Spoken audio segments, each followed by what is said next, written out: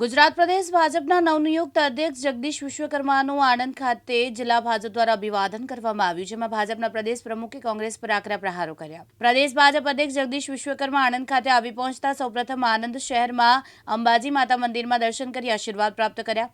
ત્યારબાદ બીએપીએ સ્વામિનારાયણ મંદિરમાં શ્રીજીના દર્શન કર્યા, જેઓનું કોઠારી ભગવત ચરણ સ્વામીએ સન્માન કરી આશીર્વાદ આપ્યા। પ્રદેશ ભાજપ અધ્યક્ષ જગદીશ વિશ્વકર્મા ભાજપ કાર્યાલયથી કમલમ ખાતે પહોંચ્યા, જ્યાં ભાજપના પદાધિકારીઓ સાથે બેઠક યોજી ત્યારબાદ વિશાળ સ્વાગત બાઇક રેલીનો પ્રારંભ થયો।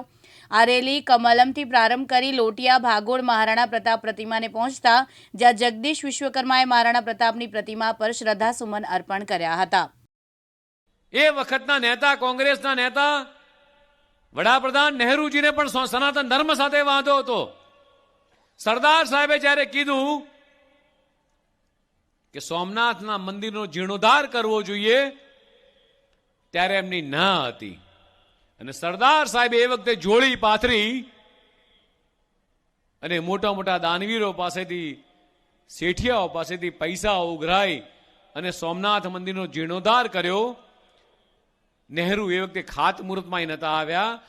આ પરંપરા એમના મગજમાં ઘરી ગઈ છે કે સનાતન ધર્મનો વિરોધ કરવો, ખબર પડતી નથી પડતી કે કોને ખુશ કરવા માટે અથવા કયા ધર્મને ખુશ કરવા માટે આજે નિવેદન છે અહીંના તમારા સ્થાનિક કોંગ્રેસના ધારાસભ્યનું ભગવાન ઇન્દ્ર માટે ગમે તે શબ્દો બોલવાના। આ ક્યાંનો ન્યાય છે? તમે કોને ખુશ કરવા માંગો છો તો કહો। ખેડૂતોની સંવેદના સમજવાની જગ્યાએ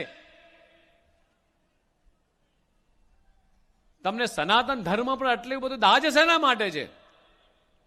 શેના માટે તમે ભગવાન ઇન્દ્ર એ નથી મારા હાથમાં કે નથી તમારા હાથમાં, તો પછી શેના માટે તમે જે તમારા કે મારા હાથમાં નથી એને સન્માન આપવાની જગ્યાએ, એને પૂજવાની જગ્યાએ તમે એની ક્રૂર મજાક કરો છો? મારા ખેડૂતોની, મારા અન્નદાતાઓની મજાક કરો છો?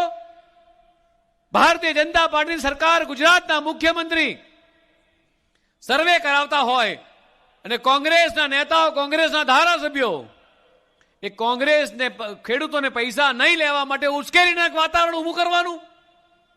આજ તમારા આણંદ જિલ્લાના ધારાસભ્ય મારી યુવા પેઢીને ભડકાવવાનું કામ કરી રહ્યા છે।